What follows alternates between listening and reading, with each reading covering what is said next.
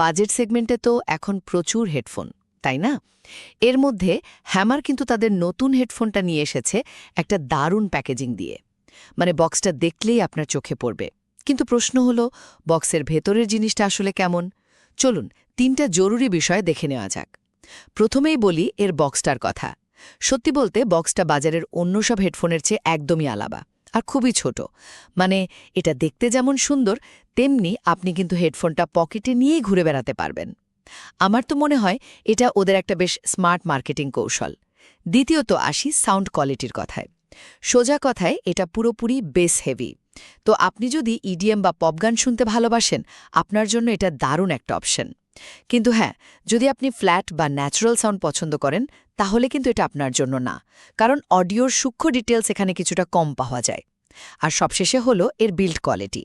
দেখুন, দামটা কম হলেও এর তারের মান আর মেটাল ফিনিশটা বেশ মজবুত। সাধারণত এই দামের হেডফোনে কিন্তু এমনটা দেখা যায় না। তবে একটা কথা, এর ইন ইয়ার ডিজাইনটা কানে বেশিক্ষণ লাগিয়ে রাখলে একটু অস্বস্তি লাগতে পারে। তাহলে ব্যাপারটা কি দাঁড়ালো? হ্যামার প্যাকেজিং দিয়ে মনোযোগ তো কেড়েছে, কিন্তু হেডফোনটার আসল পরিচয় হলো এর বেস হেভি সাউন্ড আর মজবুত বিল্ড কোয়ালিটি, যা এই দামে কিন্তু একটা বেশ ভালো প্যাকেজ।